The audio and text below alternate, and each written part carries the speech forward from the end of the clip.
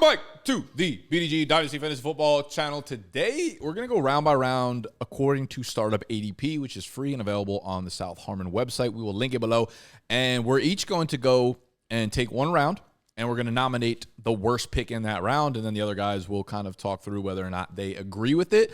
We are going to do this for the worst picks of each round, and then next video is going to be the best picks of each round. We're going to go up until round 10. So we're going to go 3 nominations apiece. We're going to skip round 1 because everybody's out here flossing around 1. You want all the players that are getting picked in the first 12 draft picks, okay? So if you're new here, make sure you subscribe. You can see next video. We also have the screenshot of the ADP that we did while we filmed this, and because these guys are coming from outside of New York City, we have to film some of these in advance. So apologies if some of the ADPs move or something happens in between that. You're probably seeing this, I'd say, almost 10 days after we filmed it, so there will certainly be some movement going on. Hopefully nothing drastic. I don't. Well, feel like... don't nominate Rashee Rice because we know that's about to fall like crazy. That's facts. Okay, so we'll keep it PG here. Anyone want to start with round 2? I will. Okay. Because I feel like there's a clear one, and you guys are going to agree. Oh, boy. This is – wait, are we doing best or worst right now? Worst. Worst. Okay, well, I was going to go best, but worst in this round for me. The best player for me. Yeah. Same player. No, the worst player I think in this round for me is going to be Chris McCaffrey at the 204. I feel like for the running back position, I just don't want to invest in an aging running back with a top 16 pick in my startup. That's not where I'm going. So he's the worst pick for me in this. Dubs. Dubs? That is some unbelievable silence that just took place. That was all time. I mean, I was trying to make someone else speak first. I've already kind of talked about that. When I did the worst picks, like, gosh, months ago now. Mine second round pick was Christian McCaffrey at the time. I'll say this: the reason I put him there, while CMC actually could stay healthy, and I bet you if you took him at 204 and he stays healthy, he could end up being the reason you win your league. I like to stay flexible in the early parts of startups. So right now I've already sunk my teeth into the fact that if I want to move Christian McCaffrey, I drafted him too high, and I'm now kind of forced into more of a compete mode with the way I draft the rest of my team. I don't want to have Christian McCaffrey on a team that's got a bunch of young assets I'm trying to rebuild in. Yeah, I mean, the cliff is coming so clearly near where we are with Christian McCaffrey right now. It's like you're playing hot potato. It's like, love potatoes, love to have them. But, like, the minute that shit explodes or it starts burning, you can't do anything with it, you know, and that just happens to so many running backs.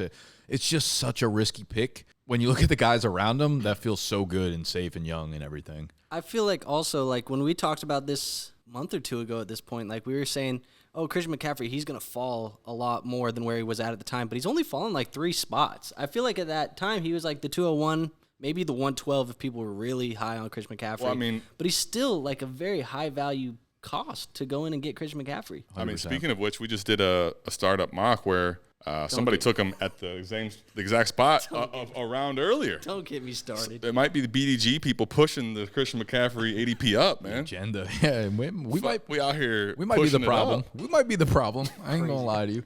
But yeah, I don't think it's. I don't have a. There's another person I could put in the mix, but I think it's CMC first for sure. So let's move to the third round. We'll just go clockwise here, and I'm bordering between 2 players, and they're 2 younger wide receivers. I would say off the rip, I just think like every running back I would probably nominate for every round, so I'm not really going to go down that path. Okay. There's a part of me that as a Falcons fan, I'm worried about London's price just continuing to be really, really high, and us just assuming everything with Kirk is going to be rainbows and butterflies. But I think at 310, you're not like getting crazy with it. I think if he was like, 210, 3-1, then I'd be like, all right, we got problems. Yeah.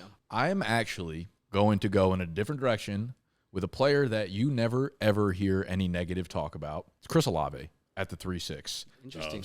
He's thrown into this mix of these young wide receivers, and he's talented as fuck, and he's really fun to watch. There's a lot of me that's worried that he's going to go down the Terry McLaurin career path, where every year you're yearning for that 1,600-yard season because you think the talent gets you there. Like Derek Carr, we've had some sample size with Olave now, and I'm like, is it there?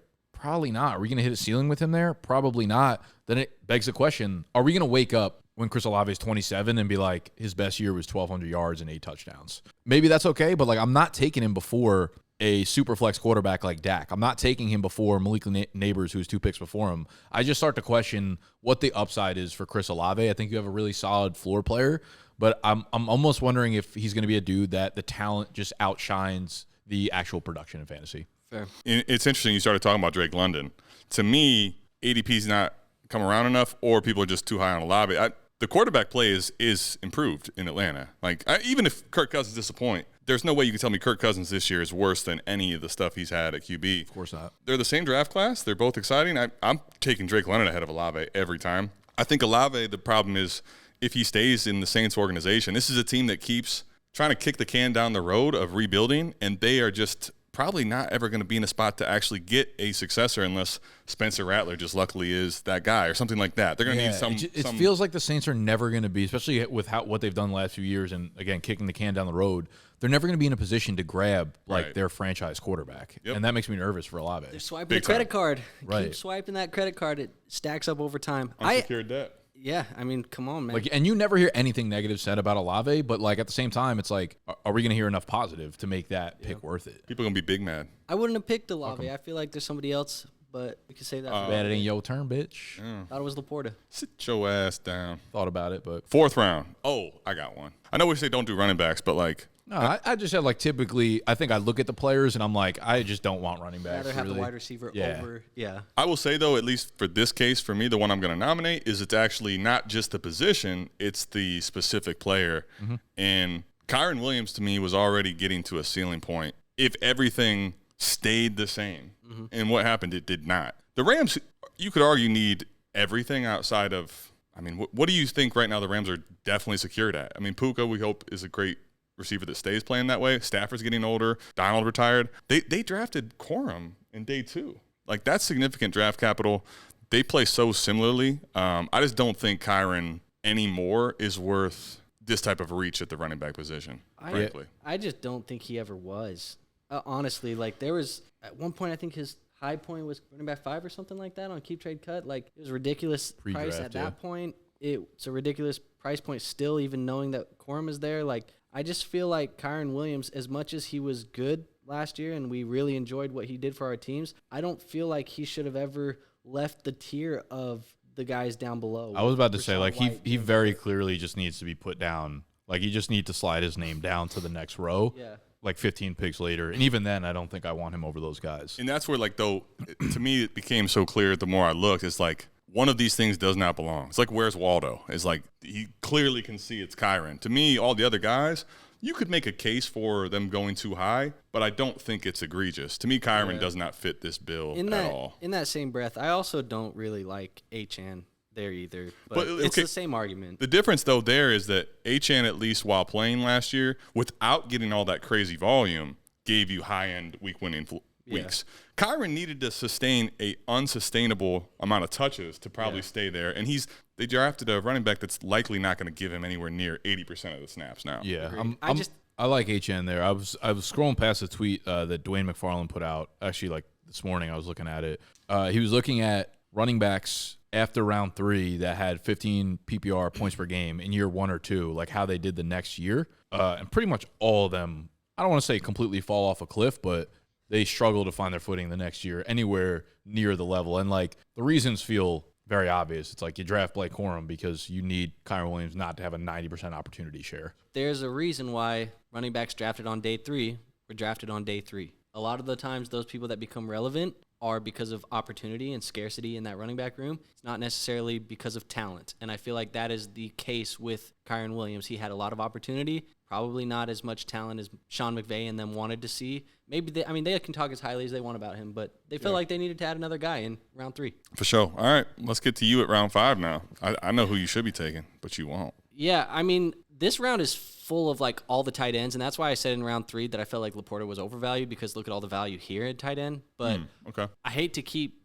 talking about the running backs, but Kenneth Walker feels insanely overvalued in startups compared to where most people value him in trade rooms because RB10, I don't know if we haven't even ever seen Kenneth Walker produce that type of numbers for our fantasy teams. He has always floated around that RB 16 to 20 range in your PPR leagues, and we're drafting him as RB10. It just feels insanely overpriced. He's done it in spurts, but he's had a hard time staying healthy and actually doing that over the long course of the year. I'm with you. Yeah, so I feel like he's the worst pick here. Do you guys agree or disagree? If Kenneth Walker stays healthy this year, plays 17 games, where do you think he finishes as a fantasy back?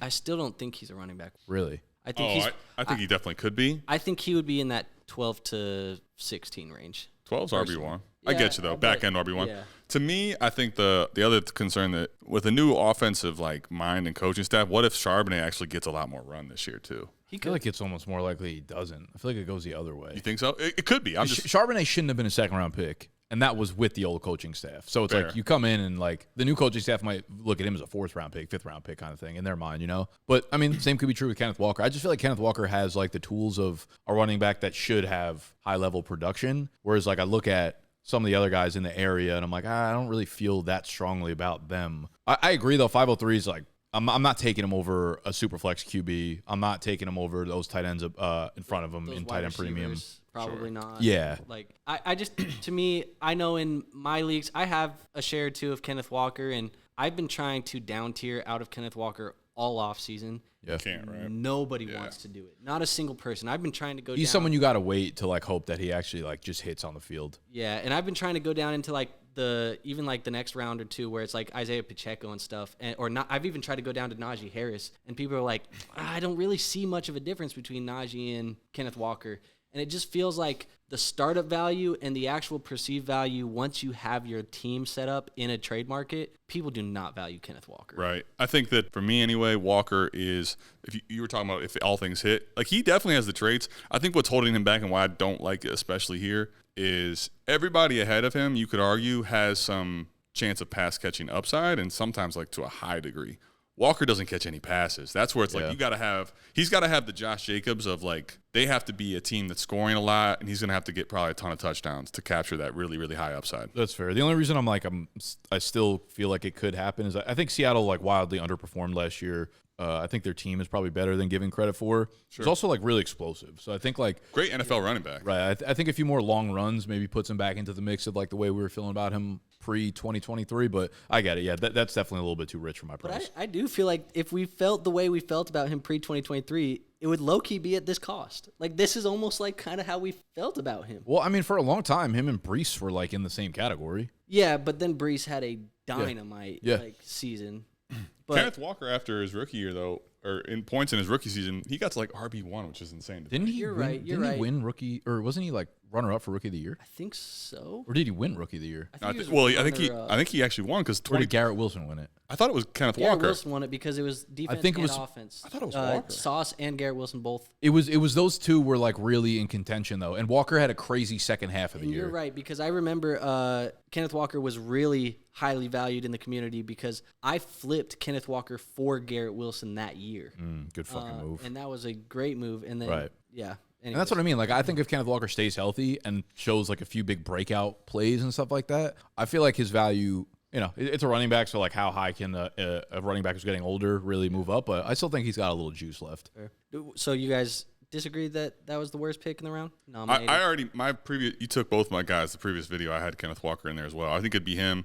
I think you can make a case for other ones, but I don't feel strong enough about anyone else to like say that you're not right. I think I would take Walker over Jacobs. Okay, so you think Jacobs? I don't might feel be like the they're worst. too dissimilar right now, where I'm not like super confident they're both gonna have great years, but Jacobs is just like 3 years older, so I'm kind of off that. All right, let's move to round 6. This is you, Nick. and Rashi, just consider Rashi off the. Yeah, Rashi's off the board. I already know who Nick wants off. Yeah, I'm going with the 609.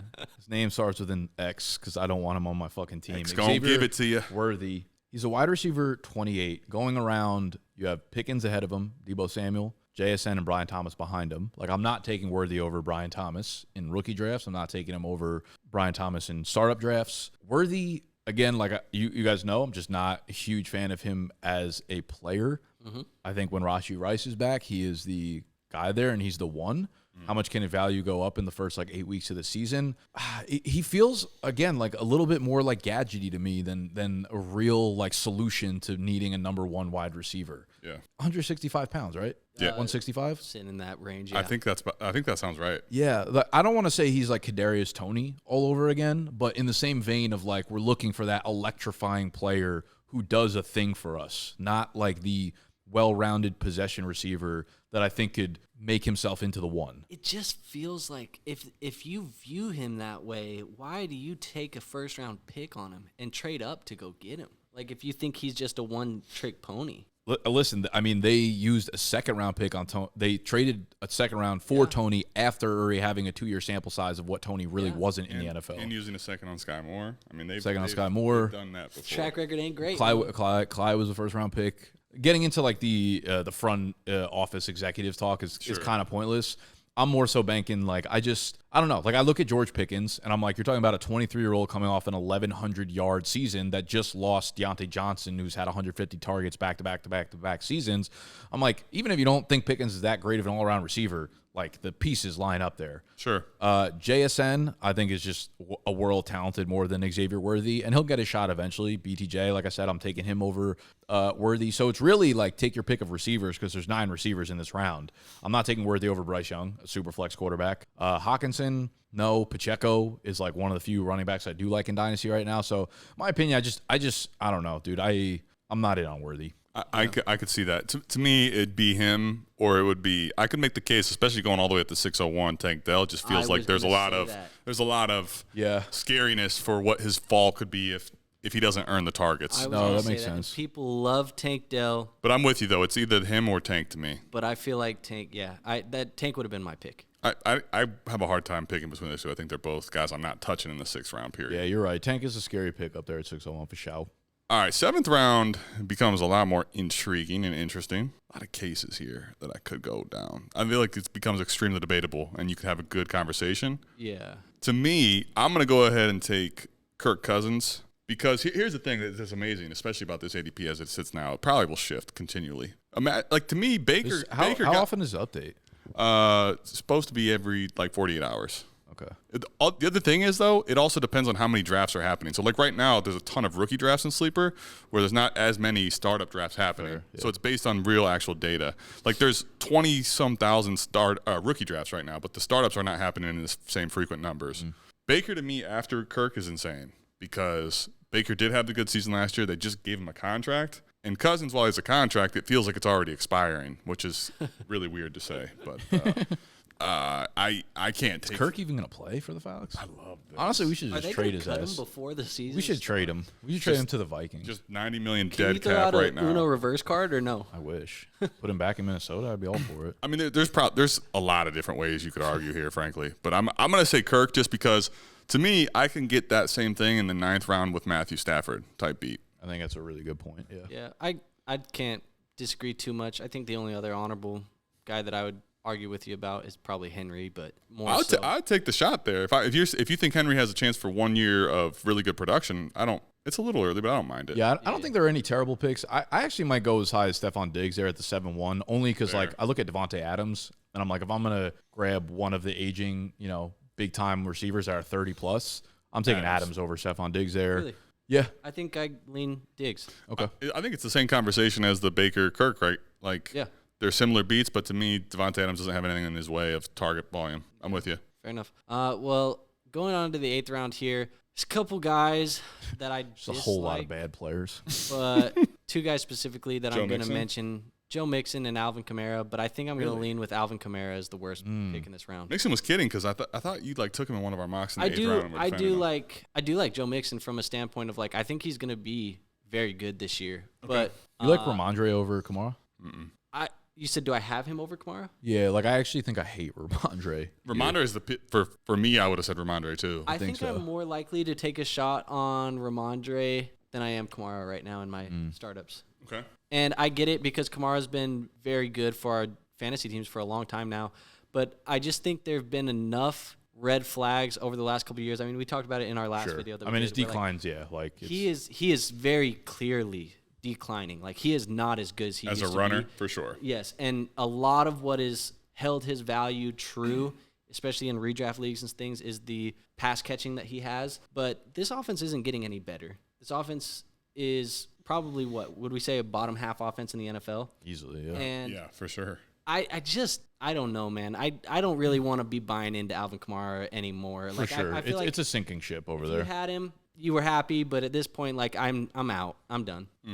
I mean, I definitely get it. I think for me, all the mentioning of how bad they are and they haven't really addressed the offense. Are we sure we don't see another 5 to 7 checkdowns a game in this guy for another season? That's where it's the only thing. They didn't move anything, so it's what are they replacing? I don't disagree wholeheartedly. I just feel like there's there's still a chance where he gives you another year of like, man, he wasn't actually that good for the NFL, but he gave us decent fantasy production. How do we feel about Kendre Miller going into year 2? Because I know you like Kendre, right? I like Kendre. The only problem with that is like Kamara's value here is the 5 to 7 catches a game that he was having last year, where Kendre's not a pass catcher. Jamal Williams not a pass catcher. So it's like I'm not really worried about that avenue of the game. Realistically, like Alvin Kamara, I'm expecting, I don't know, like 40 rushing yards, 40, 50 rushing yards a game next year, and maybe a goal line carry every other game or something like that. But it's like those two running backs don't scare me from a pass catching perspective. Yeah. I feel like for me, if I'm in this round and I have the choice of any of these players, I'd rather just shoot the upside on Keon. I'd shoot the upside on I'm 100% Stevenson, taking Javonte, Keon over those guys for sure. Warren, Levis, Benson. Like, I'd take all of those guys over Kamara. Ramondre is one of those ones where it's like because he doesn't have the capital, because he hasn't really like proven it over a long period of time, feels like for him, he's a momentum back where it's like he needed to have that job for a long time and like be really good at it for them to want to like continue to invest into him. The signing of Antonio Gibson is sneaky going to like ruin a lot of his value. Like he's not good, but he'll catch a lot of passes. I can see it. I'm actually somewhat okay buying into Ramondre this offseason. Really? To be honest. I just feel like he's kind of a post-hype sleeper, I feel like, because everyone was excited about Ramondre last year and he underperformed. Now it does feel like a lot of people are not wanting anything to do with Ramondre Stevenson. And so I think, honestly, yes, this is the startup price, but we've talked about the difference in startup price and trade market. I'm in on Ramondre Stevenson at his trade market price because I feel like it's a lot cheaper than that. Interesting. That's fair. I would say, to me, you can make the case for any one of the three of Mixon, Kamara, Ramondre. I feel like they all specifically are the ones where I kind of feel pukey. Everybody else, I'm like, all right, makes sense. It's like you look at them, and it's like if I told you in a year from now all of their values are now like 13th, 14th round startup picks, you would be like, yeah, like it makes perfect sense. If Mixon doesn't go to Houston, he's probably already there, honestly. Yeah, but these other guys, like, you'd have to paint a different picture, I think, for that to happen. With you. We'll move to round 9. I have 2 guys in mind. Curious where you go here. Yeah, so I'm deciding between Pollard and Zamir White. Pollard makes me really nervous because, like, there's no reason that he shouldn't have been awesome last year, and he was everything but. They shoved volume down his throat, and I know people are going to be like, well, he had 1,000 yards, or it's like, that's it. What he did last year, if you're trying to convince yourself that he was good, you're a fucking moron. Like, he was very bad. Given the hype that he had going into the year, people like were drafting him at the back end of the first, early second in redraft leagues. They were like, Zeke's finally gone. Tony Pollard's going to be unlocked. We're talking about a guy now that's like 27 and coming off of the year he was supposed to have. Are we rechasing the year that hopefully he does it now in a worse situation? Like, it feels crazy to me to try to chase an aging running back that just probably proved he can't be the workhorse somewhere. Can he be all right with a safe floor? Like, probably. I also think there's a real chance that, like, Tajay's at 906, Pollard's at 903. I'd probably put money that by next year, 1 year from now, Tajay's a 7th round startup pick and Pollard's probably like a 12th or 13th round pick. I was going to say that too, because also when you look at what Tony Pollard competed with when even Zeke was still there in Dallas, like that last year or two where Zeke was in Dallas, we all kind of talked about it. Like the efficiency's fallen off pretty significantly. And I don't think Pollard has had a back as talented as Spears since before Zeke's fall off. So it's been 2 or 3 years now that Pollard has had really no competition, and Spears is better than a lot of. That's what I mean. Like, what are we waiting for Pollard? Yeah, like he just had the chance to do the thing that we were saying he was going to do, and then he just didn't. Yeah, and he's not 24. He's 26, right? At least. Yeah. I was trying to remember. I couldn't find it on Player Profile. They didn't have it. I remember him talking about how early in the year he was kind of dealing with like a lingering injury, and he started to towards the end of the year feel closer to 100%. I mean, I would think you'd have to tell me that's the reason. Otherwise, I can't come up with one. Because the other thing is Tajay, to me, if you believe in Tajay and the hype of what he could be, it seems like you're hoping Tajay becomes what we were hoping Tony Pollard was going to be, and now they're in the same backfield. I was thinking about that. Like, this feels now like the new age Zeke versus young Tony Pollard, to be honest, where – and it's like, okay, maybe that's a bad thing because we're talking about shit about Tony Pollard, but – his value in Dynasty just kept going up and up and up. And I think we're going to like watch Tony Pollard ram into the offensive line 200 times this year and be like, Jesus Christ, just give the ball more to Tajay Spears like we did with him last year with Derrick Henry kind of thing, you know? Yeah, and it's like, to me, right, so Montgomery we talked about on the buy, sell, hold. Montgomery, while he's the RB2 in his offense, like that offense is still projecting to be very good and score a ton of points in red zone looks. Like, we hope Tennessee's offense takes a step forward, and we don't know which back, and they're both going in the same spot. Najee Harris, like this offense with Arthur Smith's going to run the ball a lot. Zamir White, I think I kind of can get behind it, I was not the biggest Amir White guy, but he was a quiet winner from the draft. Yeah, so like, for sure. To me, it's actually one of the Tennessee backs, and I could argue it's even both of them. Like, I don't want to make the pick. I don't want to make the call on which one it's going to be. Yeah, frankly. I actually would be fine taking Tajay Spears here. Tony Pollard, no, though, because I think like Tajay Spears really cemented his role last year as the pass catching back, and I almost feel like that's more valuable in this offense. It could be true. I think I agree with you on the Pollard take. The more that we sit here and talk about it, initially my mind was like not really liking Justin Fields here, but the upside is so high. I also, I'm probably not touching Fields in startups, like especially not with like Penix going around below him. Fields is pretty much off my board here, but I was like getting to the running backs, and I'm like, I'm also not touching those guys. To me, the Fields thing though is like I was kind of not considering him in the mix because I feel like his value's still falling down the boards. I was kind of like thinking not that he's not here in ADP, it's just that he just feels so unstable. For sure. Now, the thing you can make the case for Fields is if you believe that Wilson is not going to keep the job, when Fields is on the field for Pittsburgh, he probably has a big surge in value. But I'm not doing it in the 9th round. All right. Well, now you got to do the 10th round. Pollard makes sense. We are in the last round.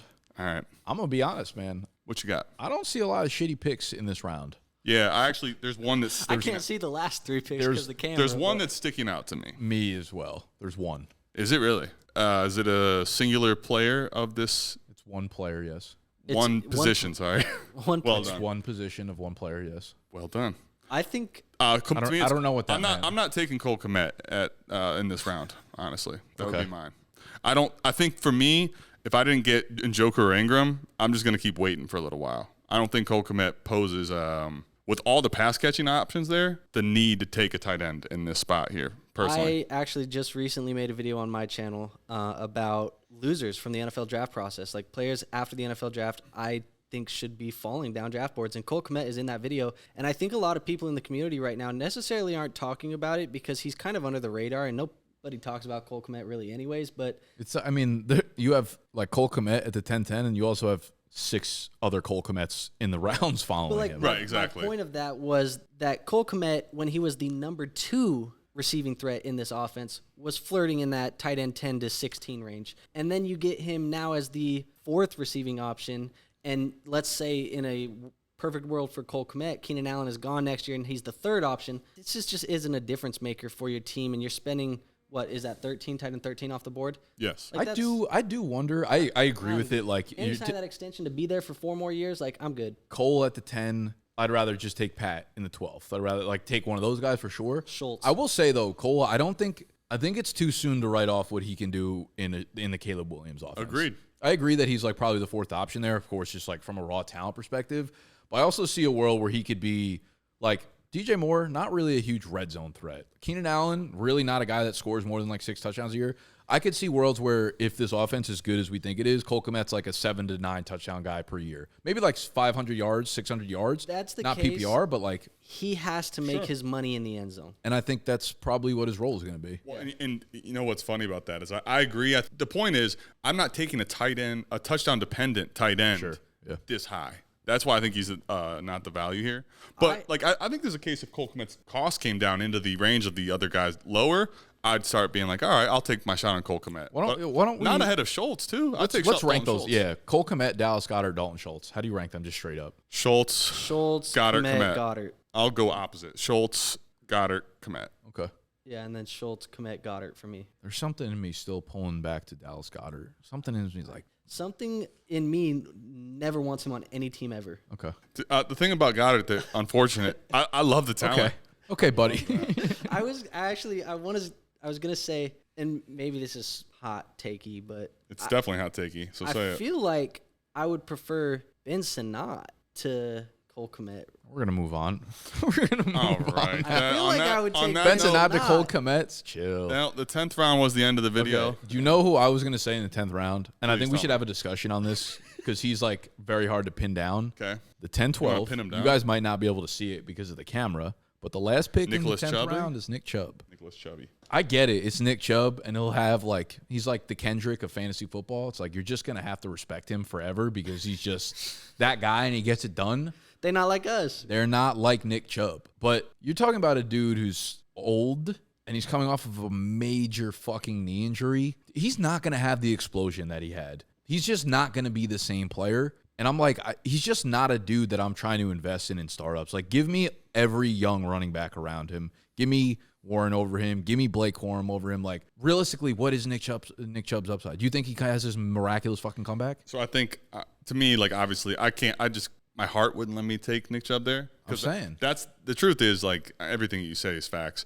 If Nick Chubb comes back from this injury and is still a really good running back, he's going to be proven to be the freak that he had a lot of really bad knee injuries and coming out of Georgia. Yeah. So, like, I think that's in, like, the less than 5% chance range of outcomes, though. That knee injury he had was so fucking bad. Dude, have we heard a single thing about it? At this point, usually when guys have knee injuries. He had to undergo a second surgery, but I just remember watching that game, and when I heard the screaming, if you know anything about Nick Chubb, this guy doesn't have emotions. He doesn't talk. He's like Kawhi. Yeah. He's literally just as stoic as a human could be. And when I heard it was him screaming on the replay, I'm like, oh, dude, we are done. It is a wrap. That went in angles that are unfathomable to the human body. So what you're saying it's reminiscent of McGahee. Is by Jerome Ford. I don't disagree. I don't know where he's going in startups. He's way off the chart. 13-12. Okay. RB 43, it looks like. I could get behind that for sure.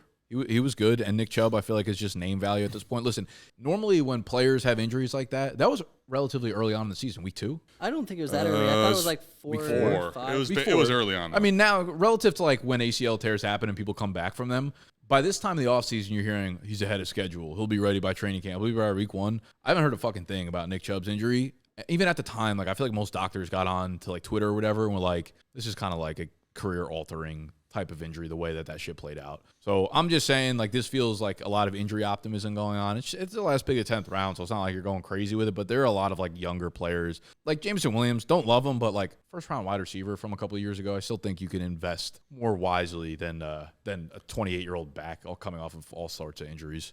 Yeah, it's definitely a good way to end the show on me going back in depression for the Browns. I think you should try to recreate it real quick. Thank you. Yeah. Tackle him. I will do unspeakable things to your knee. No problem. Pause. You were the one that said you wanted to pin down a guy with a chub. Pause. Relax. So no Ben Sinnott. We love you guys. We'll see you back here. Same time, same place. If we extend this from rounds 11 to 20, I'll make sure to pick Ben Sinnott as my worst 13th pick round in the pick. round. 100%. Hey, I think people are sleeping, man. Good. We're going to keep going to sleep. All right. I'm tired. Whatever. All right. I don't care. We love you. Thank you guys for hanging out today. Again, next video will be the best pick in each round of the drafts from this board. Make sure that you subscribe for that, and we'll see you then. Chub to the moon.